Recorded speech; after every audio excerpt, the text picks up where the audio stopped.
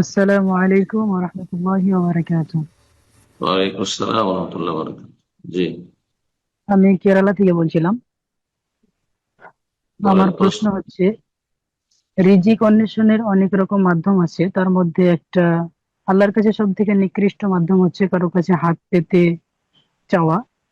তো একটা হুম। হাদিস শুনেছিলাম যে সামর্থ্য থাকা সত্ত্বেও কেউ যদি হাত পাতে তো আল্লাহ তার অভাব বাড়িয়ে দেন।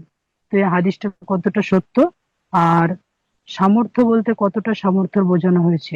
কেউ যদি কাজকর্ম করতে না পারে তার জন্য কেমন শর্ত, বা কেউ কাজকর্ম করতে পারে তার জন্য কেমন সামর্থ্যের কথা বোঝানো হয়েছে? আপনি প্রশ্ন করতে গিয়ে যে বললেন যে সবচেয়ে নিকৃষ্ট একটি রোজগার হচ্ছে আহ সাহায্য চাওয়া বা ভিক্ষা করা, এটি ভুল কথা। এটি শরীয়ত নয়। সবচেয়ে নিকৃষ্ট হচ্ছে হারাম খাওয়া, সুদ খাওয়া, ঘুষ খাওয়া, বেইমানি করা, আত্মসাৎ করা, সরকারি সম্পদ লুটপাট করা। হ্যাঁ, যে কোনো রকমের হারাম ব্যবসা বাণিজ্য করা, হারাম রোজগার করা, এগুলি হচ্ছে নিকৃষ্ট রুজি। যেই হারাম রুজির কারণে জাহান্নামে যেতে হবে। কথা বোঝা গেছে?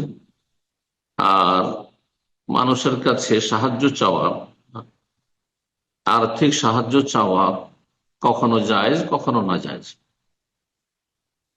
সচ্ছল ব্যক্তি যদি অধিক সচ্ছলতার জন্য, অথবা সেটাকে পেশা হিসাবে নিয়ে নিচ্ছে সেই জন্য পেশাদার ভিক্ষুক, অথচ সচ্ছল সুস্থ কাজকর্ম করতে পারবে, তারপরও না, কাজ করবে না, অলস, ভিক্ষা করে খাবে, মানুষের সাহায্য নিয়ে খাবে, তাহলে এটি হচ্ছে হারাম। তখন এটি নিকৃষ্ট রুজি।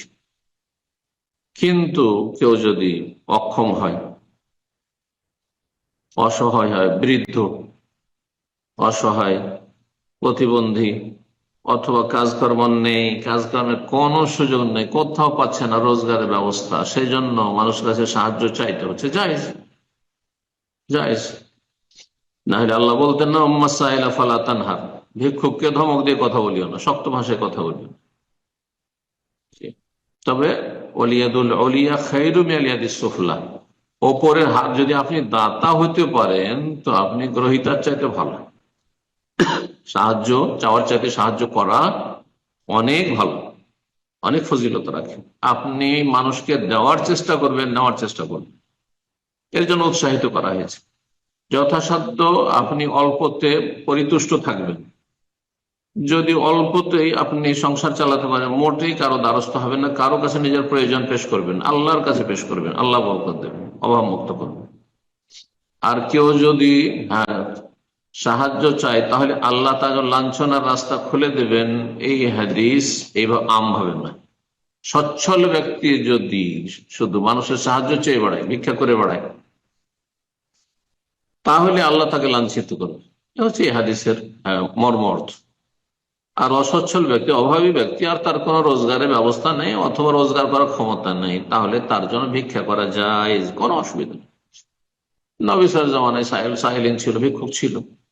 জি, নবী সাল্লাল্লাহু আলাইহি সাল্লাম উৎসাহিত করেছেন, সাইল ভিক্ষুক যদি তোমার বাড়িতে আসে, হ্যাঁ, তাহলে একটা খেজুর থাকলেও তুমি খেজুর দিয়ে বিদায় করো।